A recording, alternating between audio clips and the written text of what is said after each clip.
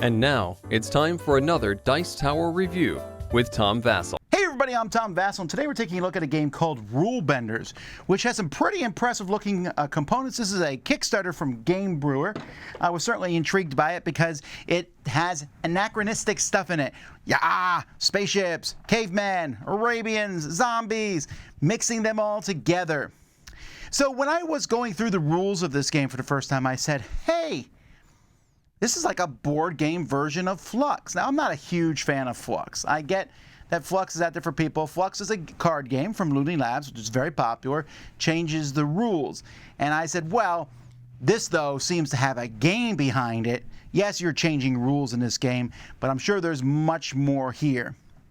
So I want to give you all a little bit of a warning. I'm about to show you a little bit of how the game works. I don't want you at any point to think anything I'm showing you is cool, because it's not. It's all really bad.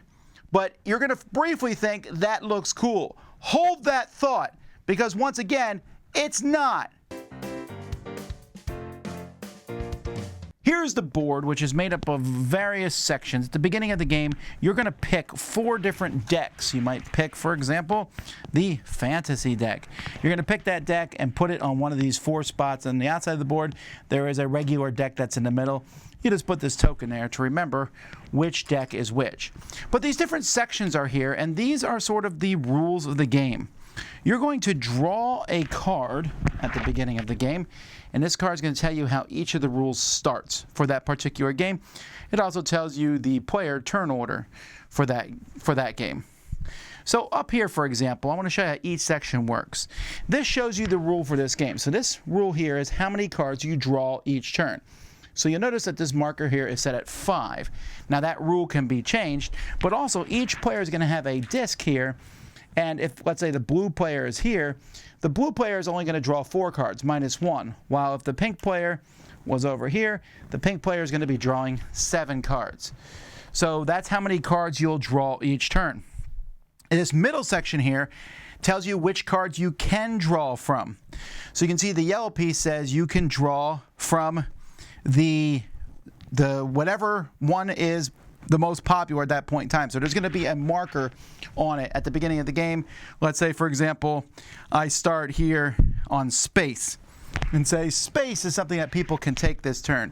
Well, then yellow can take both space cards, they can take middle cards, and they can take the company that's across from space, which is Arabian. If you're in a yellow area, you can take cards on both sides, and if you are the very last spot, you can take all the cards, while if you're here, you can't draw any cards, except for the cards from the middle. The next spot's how many cards you can have in your hand, again being modified by where the player token is. Down here is a spot that lets you get a trade token each round. So this gives everyone a 1-to-1 trade token, so you can trade in a cube for a card or a card for a victory point. And then here, that's how you pay for cards. So right now, cards are paid for with victory points. Everyone starts with 7 victory points, so there's that. Hopefully someone will change that one to make cards be paid with cubes or other cards. Here is player turn order, and over here is how many cubes you get each round of the game. So these are kind of the rules, and the game takes place over several rounds, and in each round, players are going to draw a bunch of cards and a bunch of cubes based on these numbers here.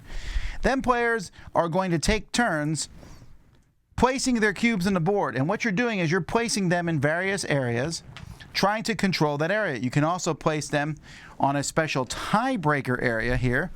And this is important because at the end of the round, if players are tied in one of these spots, then you come over here and the first tiebreaker, boom, yellow wins.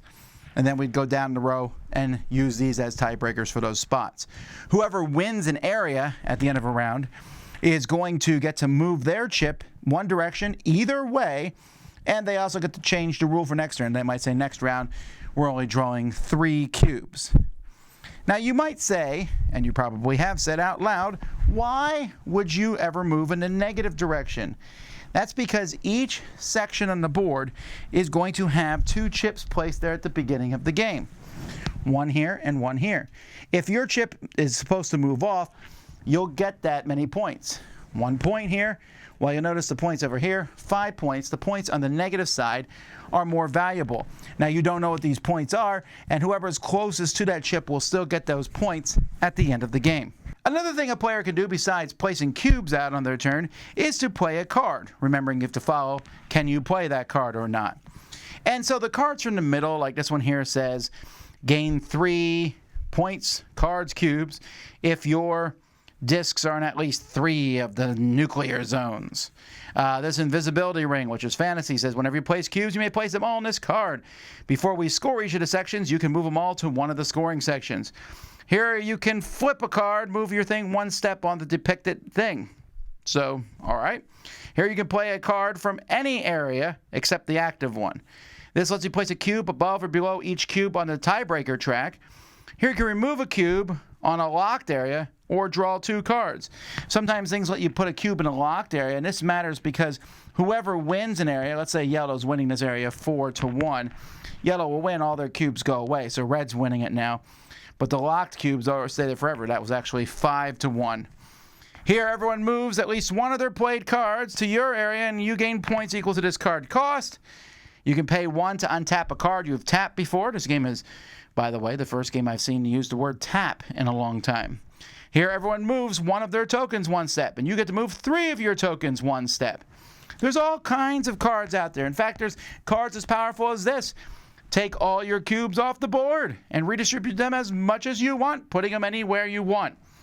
Now, there's a cost for every card, and you have to pay that cost. In this case, it's victory points, or it could be cubes, could be cards. You'll pay those costs, and this will go around till everyone passes. Then you score each section, you move the discs, redistribute everything, get new stuff, and go. After 4 rounds of this, whoever has the most victory points is the winner of the game. Now, this game took a while because you have to build all these inserts here. There's lots of different inserts. Now, the colors and everything look good, which is good because the board is drab as all get out. Each of the different sections comes in its own card box. There's 6 different factions. There is space, fantasy, Arabian, zombies. There is Stone Age, and then there's pirates. So you pick 4 of them to play, but like I said, everything is being built and put from these trays. In fact, I got this deluxe version, which comes with these miniatures, which, well, for the life of me, I don't know what this does. I guess they're just a cool miniature. There's a dinosaur, here's a zombie, and so on. I don't hate the production of this game. I think it's very nice for the most part.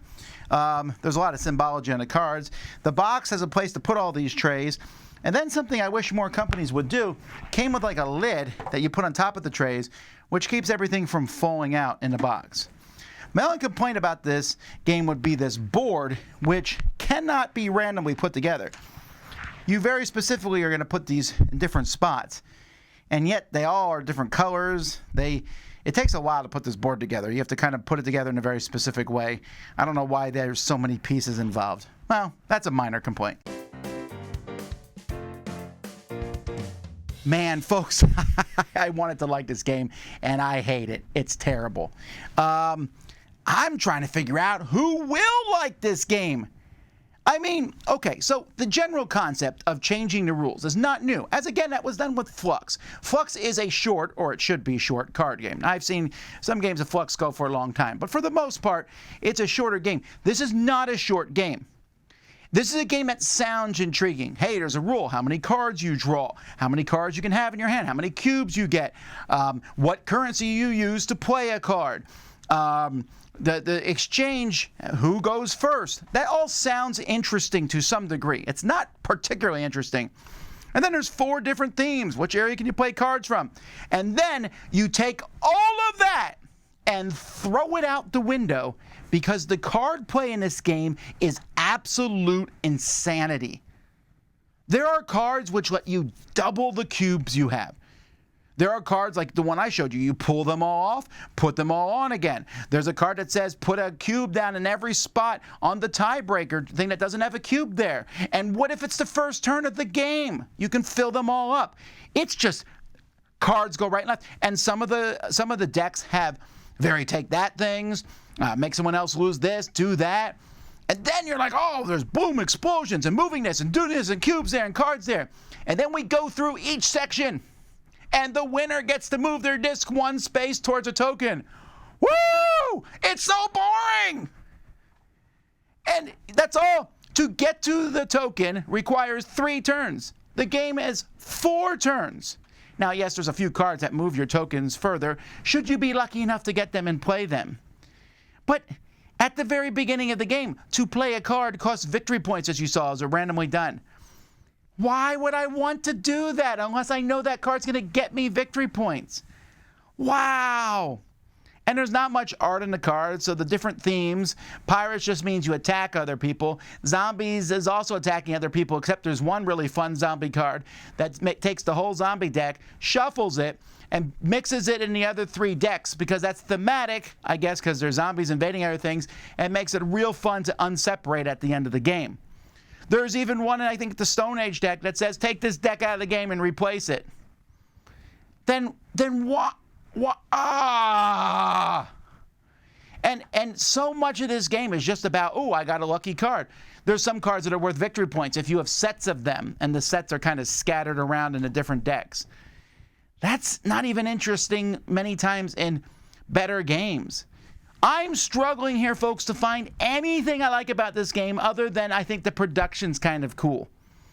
The changing the rules is interesting, except it doesn't matter. Why would I care if we draw more cards or less? Because it happens to everyone. You'd be like, well, if you draw one more card than everyone, make the card draw less, and then everyone gets fewer cards, and you just get one more. Okay, but I'm controlling areas that move towards those point tokens, and then the point tokens themselves are random. So I don't know what they are moving down the track, and it might be worth 1 point, it might be worth 3, it might be worth 3, it might be worth 6.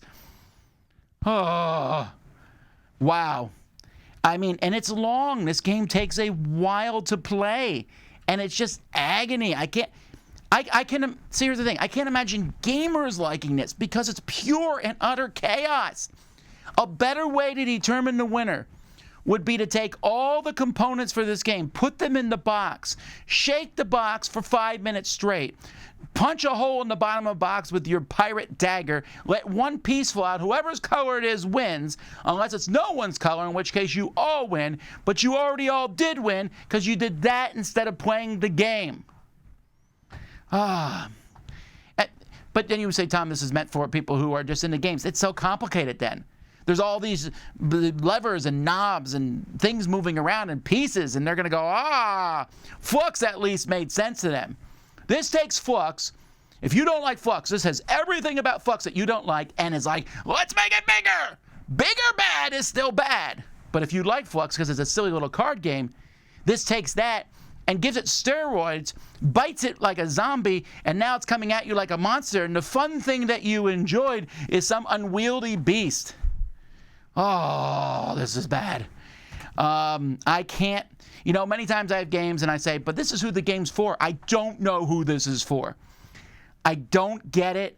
It just feels like the most random game that can take upwards to 2 hours to play. Pass, please. Yeah, I don't recommend this one. Anyway, until next time, I'm Tom Vasel, and you've been watching Rulebenders on the Dice Tower. Dice Tower Judgment, change the rules so you don't have to play this game.